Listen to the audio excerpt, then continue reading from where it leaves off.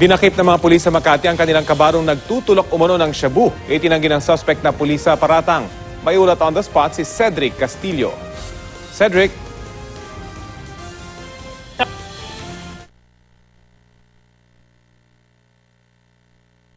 Alas 10:30 ngayong umaga nang maging subject ng isang bypass operation ng pinagsamang pwersa ng Makati Police at PNP Counterintelligence Task Force o CITF.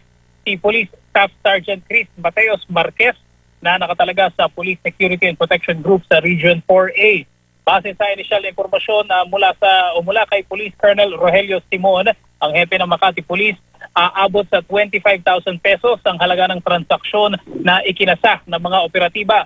Mismong sa bahay ng suspect sa JP Rizal Extension, Barangay East Rembo sa Makati, isinagawa ang bypass.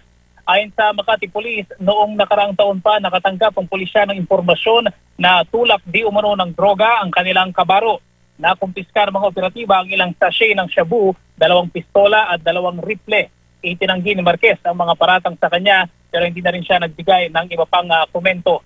Samantala, arestado rin sa bypass si Dennis Tamonan na nagpakilalang kaibigan ni Police Staff Sergeant Marquez. Hinala ng mga pulis, bibili si Tamonan ng droga kaya tiyempong nasa area siya nang maganap ang bypass. Itinanggi naman ni Tamonan ito at sinabing magpaparepair lamang daw siya ng sasakyan sa katabing bahay ng kaibigan. Sabi? Maraming salamat, Cedric Castillo.